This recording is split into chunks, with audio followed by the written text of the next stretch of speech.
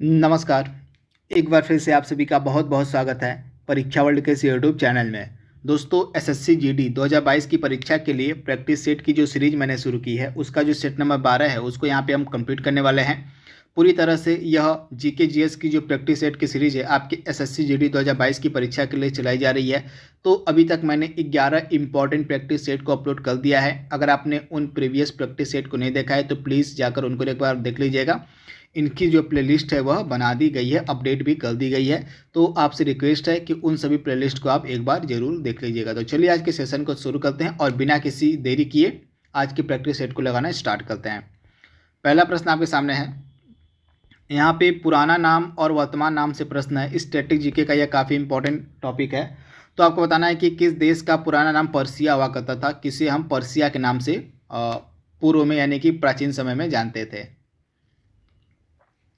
तो ईरान का पुराना नाम पर्सिया हुआ करता था। तो आप इसे याद देखिएगा, ईरान का पुराना नाम पर्सिया हुआ करता था। तो ऑप्शन आपका ए यहाँ पे बिल्कुल सही है। और थाईलैंड का पुराना नाम क्या था? तो थाईलैंड का पुराना नाम श्याम हुआ करता था, श्याम जो है हुआ करता था।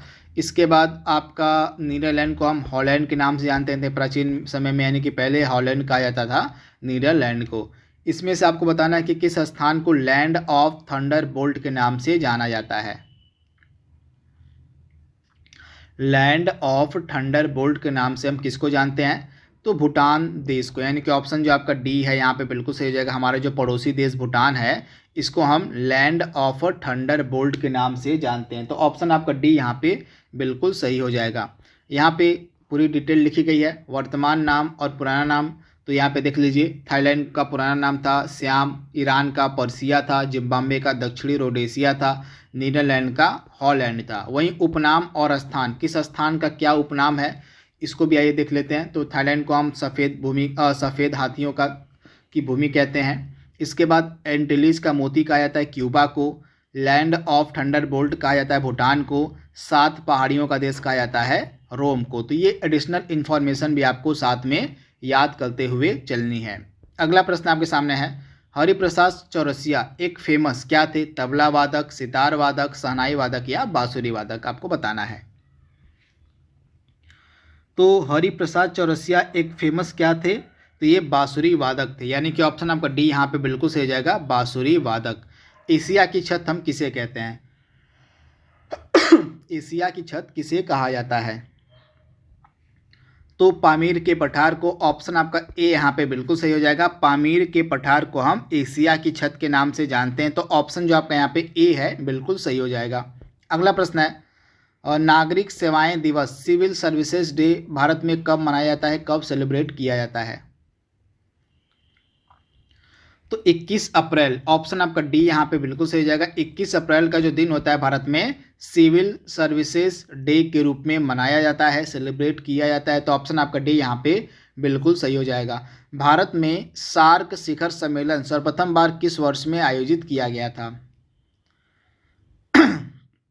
तो 1986 में, ऑप्शन आपका ए यहाँ पे बिल्कुल सही हो जाएगा। 1986 में जो है पहली बार सार्क शिखर सम्मेलन का जो आयोजन था वह भारत में किया गया था। तो ऑप्शन आपका जो यहाँ पे ए है बिल्कुल सही हो जाएगा। सार्क की स्थापना 1985 में की गई थी और इसका जो हेडक्वार्टर है, इसका जो मुख्यालय आपको मिलेगा नेपाल की राजधानी काठमांडू में। तो इसके बारे में आप याद रखिएगा।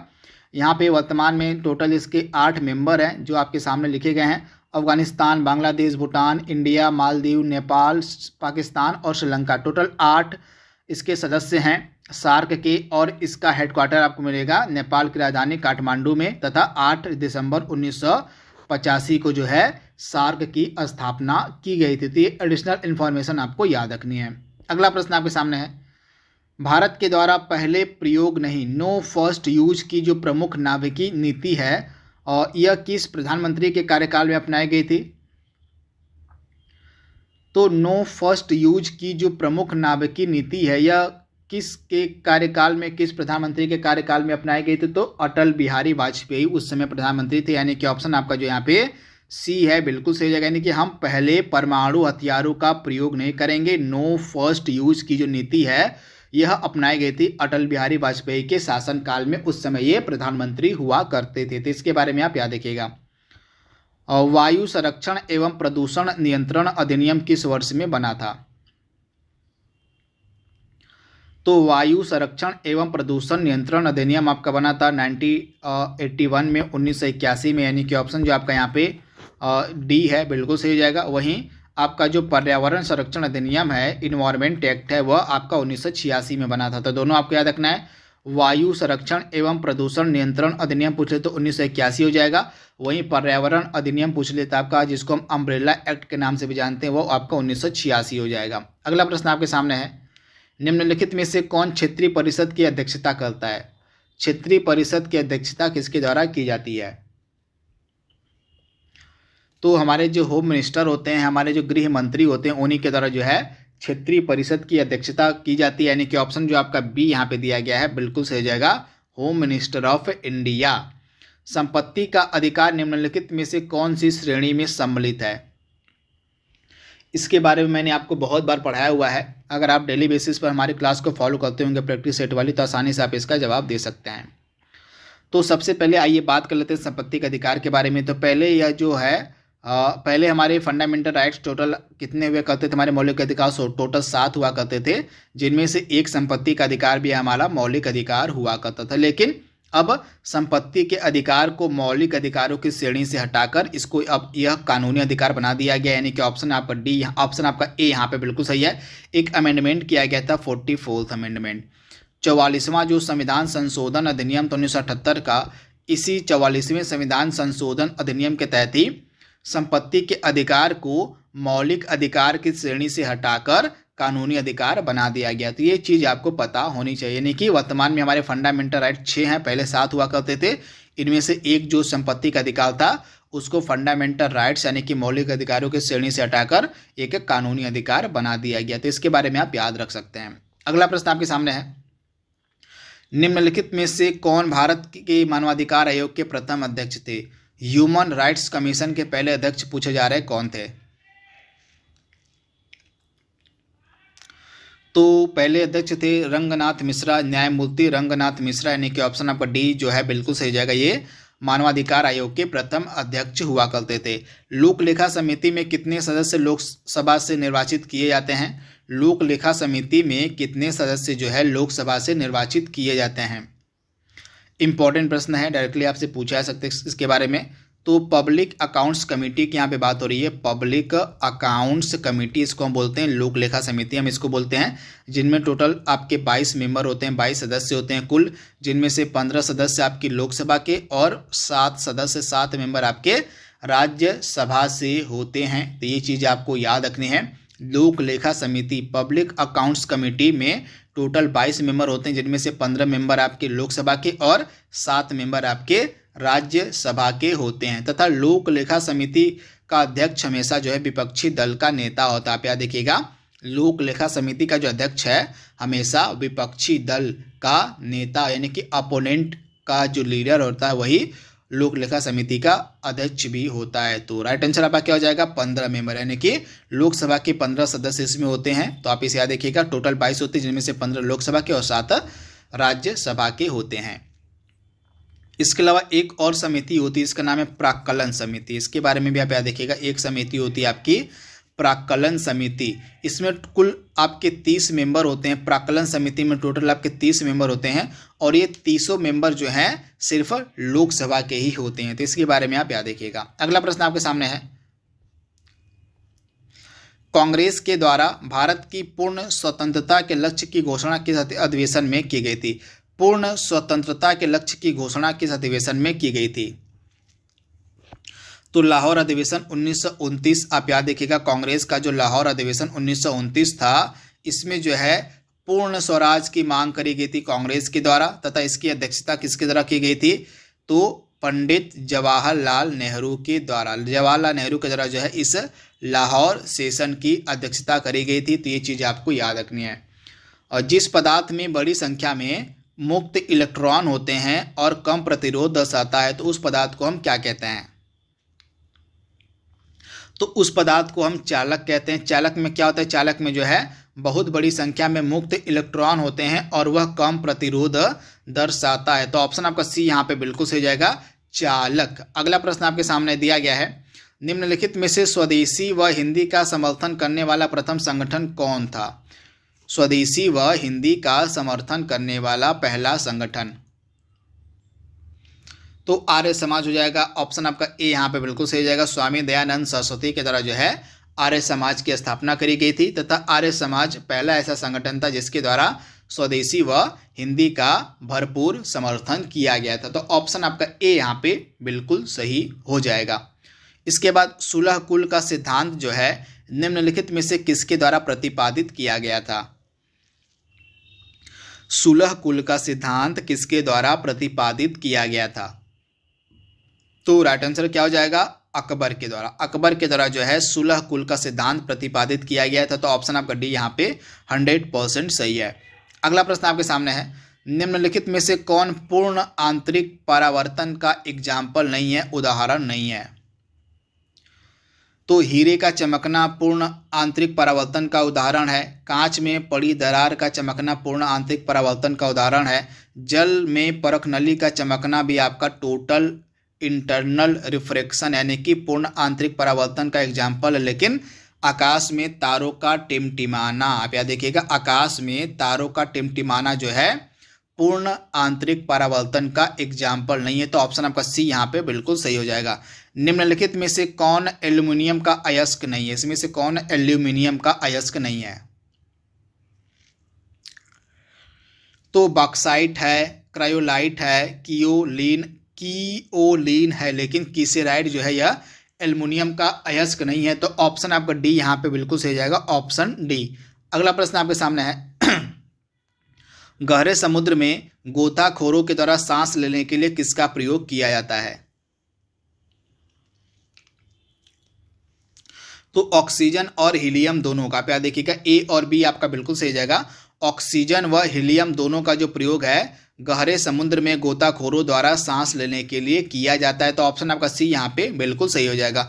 निम्नलिखित में से कौन रात्रि चर, इसमें से रात्रि चर कौन सा है? तो मच्छर हो जाएगा। मच्छर जो है आपका रात्रि चर होता है, यानी कि ऑप्शन जो आपका यहाँ पे ए है बिल्कुल सही हो जाएगा। अगला प्रश्न आपके सामने है, निम्नलिखित में से कौन ओजोन क्षरण नियंत्रण से संबंधित है? यानी कि इसमें से कौन सा प्रोटोकॉल, कौन सा कन्वेंशन जो है ओजोन क्षरण नियंत्रण यानी कि ओजोन परत को रोकने के लिए किया गया था, उनके क्षरण को रोकने के लिए कौन सा प्रोटोकॉल इसमें से संबंधित है?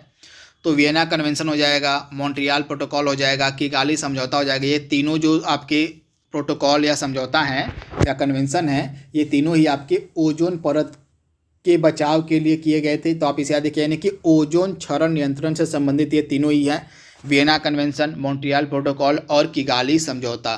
तो इसके बारे में आप याद रखिएगा। निम्नलिखित में से किसे हम छाता विधान के नाम से जानते हैं? छाता विधान के नाम से किसे जाना जाता है? तो मैंने आपको बहुत बार इसके बारे में बताया हुआ है कि जो पर्यावरण संरक्षण अधिनियम 1986, आप याद रखिएगा, पर्यावरण संरक्षण अधिनियम 1986, इसको हम अम्ब्रेला एक्ट या छाता विधान के नाम से भी जानते हैं। तो ऑप्शन आपका ए यहाँ पे 100% सही जवाब हो जाएगा। अगला प्रश्न आपके सामने है, भारतीय संविधान की प्रस्तावना में निम्नलिखित में से किस स्वतंत्रता का वर्णन नहीं है?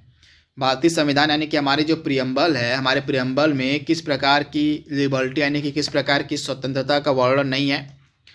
तो हमारे प्रियम्बल में, हमारी प्रस्तावना में 5 प्रकार की स्वतंत्रता का उल्लेख है। तो पहली चीज़ तो आपको याद रखनी है, पांचों में कौन कौन सी आ जाएगी?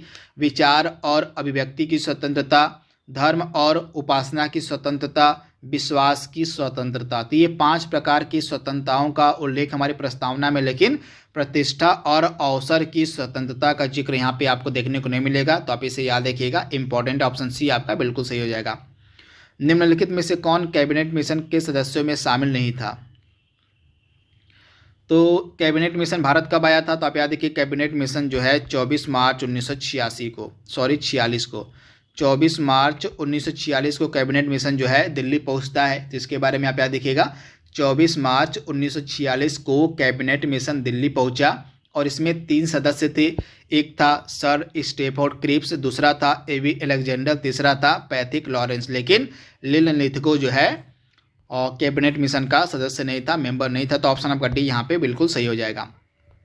अगला प्रश्न है, न्यू डेवलपमेंट बैंक यानी जिसको हम ब्रिक्स बैंक के नाम से जानते हैं, इसका मुख्यालय कहाँ पर स्थित है? ब्रिक्स बैंक जिसको हम न्यू डेवलपमेंट बैंक के नाम से जानते हैं, इसका मुख्यालय आपसे पूछा जा रहा है कहाँ पर है? तो इसका मुख्यालय आपको मिलेगा कहाँ पर? संघाई में, चीन के संघाई शहर में। तो संघाई में जो है ब्रिक्स बैंक का आपको मुख्यालय देखने को मिलेगा। तो आप इसे याद रखिएगा, ऑप्शन आपका सी यहाँ पे बिल्कुल सही हो जाएगा। भारत के किस राज्य में सर्वप्रथम बार नोटा का प्रयोग किया गया था? भारत के किस राज्य में सर्वप्रथम बार नोटा का प्रयोग किया गया था, आपसे पूछा जा रहा है। इंपॉर्टेंट प्रश्न है। तो सर्वप्रथम बार नोटा का प्रयोग करने वाला भारत का पहला राज्य था छत्तीसगढ़, यानी कि ऑप्शन आपका सी यहाँ पे बिल्कुल सही हो जाएगा। छत्तीसगढ़ भारत का पहला राज्य था जहाँ पर नोटा का प्रयोग किया गया था। नोटा का मतलब होता है नन ऑफ दीज। तो आप इसे याद रखिएगा, इंपॉर्टेंट है। अगला प्रश्न आपके सामने है, कोडरमा किस खनिज के लिए प्रसिद्ध है? कोडरमा जो है किसके लिए फेमस है, आपसे पूछा जा रहा है। कोडरमा जो है किसके लिए फेमस है? तो कोडरमा जो है किस खनिज के लिए प्रसिद्ध है, फेमस है? तो अब्रक के लिए। ऑप्शन आपका बी यहाँ पे बिल्कुल सही हो जाएगा। अब्रक के लिए यह फेमस है। और कोडरमा कहाँ पे मिलेगा आपको? तो कोडरमा आपको मिलेगा कोडरमा आपको मिलेगा यह झारखंड में। तो इसके बारे में आप याद रखिएगा, अब्रक के लिए यह फेमस है। माता टीला बांध किस नदी पर बनाया गया है? तो माता टीला बांध आपका बेतवा रिवर पर बनाया गया, बेतवा नदी पर बनाया गया। तो ऑप्शन आपका बी यहाँ पे बिल्कुल सही हो जाएगा, बेतवा नदी पर। लास्ट के दो प्रश्न आपकी स्क्रीन पर हैं। भारत का पीटर्सबर्ग हम किसे कहते हैं? भारत का पीटर्सबर्ग हम किसे कहते हैं? तो भारत का पिट्सबर्ग हम कहते हैं जमशेदपुर को, यानी कि ऑप्शन आपका जो डी यहाँ पे है बिल्कुल सही हो जाएगा। जमशेदपुर को जो है भारत का पिट्सबर्ग कहा जाता है। आज के प्रैक्टिस सेट का प्रश्न हमारा आखिरी वाला है। निम्नलिखित में से कौन सी नदी सतलज की सहायक नदी नहीं है? सतलज की यहाँ पे सहायक नदी कौन सी नहीं है, आपसे पूछा जा रहा है। इंपॉर्टेंट प्रश्न है। सतलज की सहायक नदी इसमें से कौन सी नहीं है भैया, आप बताइए फटाक से इसका आंसर। तो इसमें से जो रावी नदी है वह सतलज की सहायक नदी नहीं है। बाकी बापसा, स्पीति और ब्यास ये तीनों नदियां सतलज की सहायक हैं, लेकिन रावी नदी सतलज की सहायक नदी नहीं है। तो इस प्रकार से जो प्रैक्टिस सेट नंबर 12 था उसको हमने कंप्लीट कर लिया है पूरे डिटेल में। तो आज के लिए बस इतना ही। Thank you, thanks for watching, thank you.